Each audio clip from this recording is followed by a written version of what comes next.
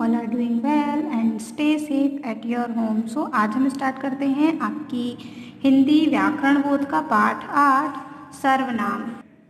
ठीक है, तो आपको पता है सर्वनाम क्या होता है, आपने अपनी प्रीवियस क्लास में पढ़ा होगा संज्ञा सर्वनाम की परिभाषा। ओके, तो सर्वनाम वे शब्द होते हैं जो संज्ञा शब्दों के स्थान पर प्रयुक्त होते हैं ना। संज्ञा के बदले में जिन शब्दों का प्रयोग किया जाता है वे शब्द सर्वनाम कहलाते हैं। ठीक है ना, तो चलिए ये एक पैराग्राफ दिया हुआ है, इसे हम पढ़ते हैं तो इससे आपको क्लियर होगा कि सर्वनाम शब्द कौन कौन से हैं। Okay, so now let's start. दिए गए वाक्यों को ध्यान से पढ़ो। महात्मा गांधी को राष्ट्रपिता कहा जाता है। महात्मा गांधी ने भारत को स्वतंत्र कराया। महात्मा गांधी सत्य और अहिंसा के पुजारी थे। महात्मा गांधी का नाम सदा अमर रहेगा। ठीक है, पहले वाक्य में महात्मा गांधी के नाम का उल्लेख तो ठीक प्रतीत होता है, किंतु अन्य 3 वाक्यों में बार बार उसी नाम का प्रयोग कुछ अटपटा सा लग रहा है। इन वाक्यों को इस प्रकार लिखा जाना चाहिए। ठीक है, फर्स्ट में तो ठीक है, हमें ये पता चल रहा है कि हम किसके बारे में लिख रहे हैं, यहाँ पर महात्मा गांधी के बारे में, बट बार बार महात्मा गांधी का नाम आ रहा है तो ये अच्छा वाक्य में ये अच्छा नहीं लग रहा है ना। तो देखिए इसे किस प्रकार से हम लिखेंगे इन वाक्यों को और किस प्रकार से लिखेंगे। महात्मा गांधी को राष्ट्रपिता कहा जाता है। उन्होंने भारत को स्वतंत्र कराया। वे सत्य और अहिंसा के पुजारी थे। उनका नाम सदा अमर रहेगा। अब यहाँ पर देखिए, यहाँ पर जो महात्मा गांधी का नाम था उसके प्लेस पर क्या आ गया, उन्होंने, वे और उनका, ये आया ना। तो ये जो शब्द आए हैं उन्होंने, वे और उनका, ये शब्द क्या है, संज्ञा शब्द के स्थान पर आए हैं। ठीक है, तो पहले जो था महात्मा गांधी था सभी जगह पर ये, तो ये महात्मा गांधी ये नाम है तो ये क्या था, संज्ञा शब्द था। अब इस संज्ञा शब्द के प्लेस पर कौन सा शब्द प्रयोग किया गया, ये उन्होंने, वे और उनका, ये शब्द प्रयोग किया गया। तो ये शब्द क्या कहलाते हैं, सर्वनाम कहलाते हैं। ठीक है, ये शब्द कौन से हैं, सर्वनाम शब्द कहलाते हैं। अब हम पढ़ते हैं सर्वनाम की परिभाषा। तो सर्वनाम की परिभाषा क्या है, संज्ञा है ना, या नाम के बदले जिन शब्दों का प्रयोग किया जाता है वे शब्द सर्वनाम कहलाते हैं। फॉर एग्जाम्पल, मैं, तुम, वह, तुम्हारा, आपका आदि।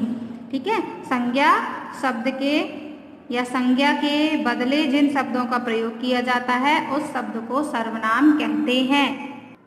ओके, अब देखिए नेक्स्ट क्या दिया है, सर्वनाम के प्रकार है ना, भेद। सर्वनाम के 4 भेद होते हैं। ठीक है, कितने भेद होते हैं, 4 भेद होते हैं। फर्स्ट है पुरुषवाचक सर्वनाम, दूसरा है निश्चयवाचक सर्वनाम, तीसरा है अनिश्चयवाचक सर्वनाम और चौथा है संबंधवाचक सर्वनाम। ठीक है, सर्वनाम के 4 भेद हैं, पुरुषवाचक, निश्चयवाचक, अनिश्चयवाचक और संबंधवाचक सर्वनाम। ये 4 भेद सर्वनाम के बताए गए हैं।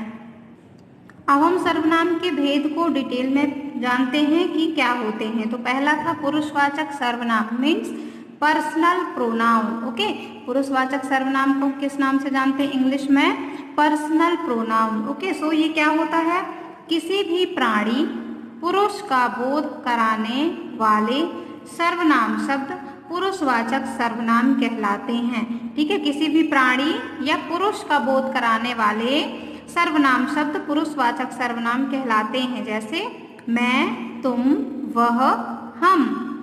ठीक है, फॉर एग्जाम्पल देखिए, मैं लिख रहा हूँ, कौन लिख रहा है, मैं लिख रहा हूँ।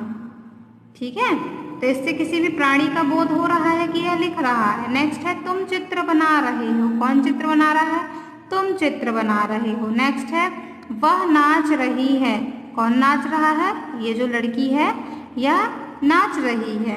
ओके, तो ये क्या हुआ, पुरुषवाचक सर्वनाम मीन्स पर्सनल प्रोनाउन। इन पर्सनल व्यक्तियों के लिए यह बात बोली गई है। जैसे मैं लिख रहा हूँ तो एक यही है जो लिख रहा है, तो इसके पर्सनल के लिए यह पर्सनल अपने लिए बोल रहा है कि मैं लिख रहा हूँ। वैसे ही ये इसके लिए बोला गया है कि तुम चित्र बना रहे हो और यह वह नाच रही है।